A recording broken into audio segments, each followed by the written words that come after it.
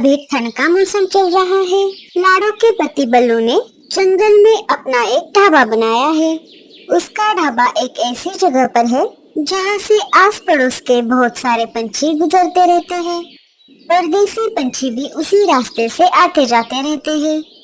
रात में वहाँ से कुछ ही पंछी गुजरते थे, लेकिन बल्लू के ढाबे पर बन रही गर्मा गर्म चाय को देखकर आने जाने वाले बहुत से पंछी बल्लू के ढाबे पर चाय पीने के लिए जरूर रुकते, जिससे बल्लू की थोड़ी बहुत कमाई हो जाती थी और जैसे तैसे करके गुजारा हो रहा था।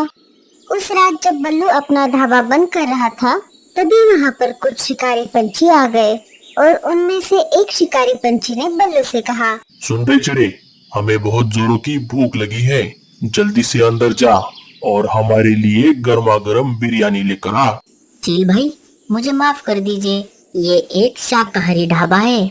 अगर आपको मांसाहारी खाना खाना है तो आपको पड़ोस वाले जंगल के ढाबे में जाना होगा, क्योंकि इस जंगल में एक भी मांसाहारी ढाबा नहीं है। अरे बटले, अब रात हो गई है, इस समय सारे ढाबे बंद होंगे। मुझे बहुत जोरों की भूख लगी है, इसके पास जो कुछ भी है उसे खा लेते हैं।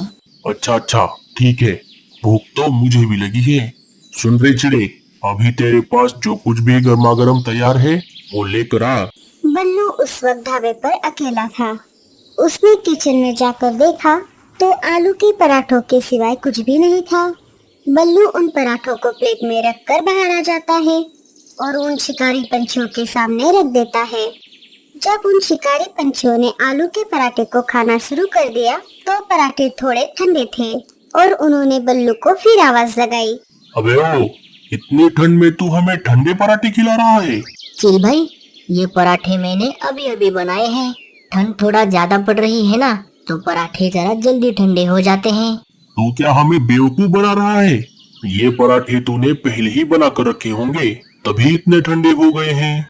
इतना बोलकर उस शिकारी पंछी ने आलू का पराठा बल्लू के मुंह पर फेंक दिया। ये आप क्या बोल रहे हो चील भाई? आप शिकारी पंछी हो ना, इसीलिए आपको ये पराठे खाने में पसंद नहीं आ रहे।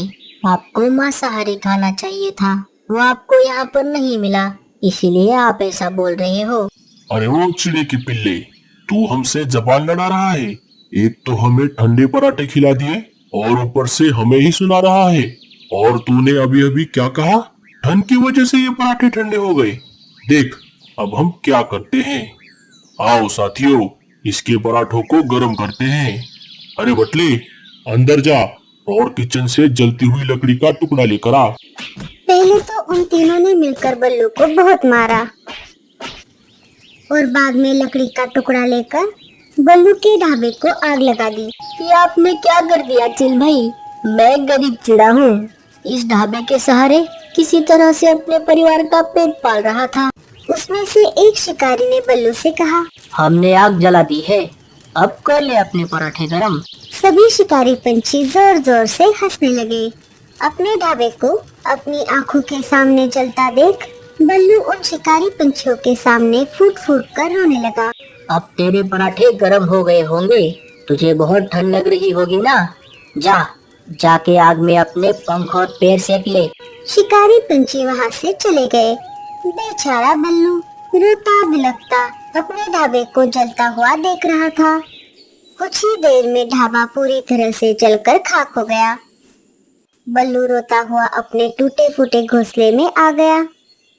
वहाँ उसके दो बच्चे टीलू और पिंकी फटे हुए कंबल में सो रहे थे। बल्लू को रोता देख लाडो ने उससे कहा, क्या बात है पिंकी के पापा, आज आप जल्दी आ गए? आज रात ढाबे पर कोई ग्राहक नहीं आए क्या? लाडो की बात सुनकर बल्लू फूट फूट कर रोने लगा और रोते हुए बोला,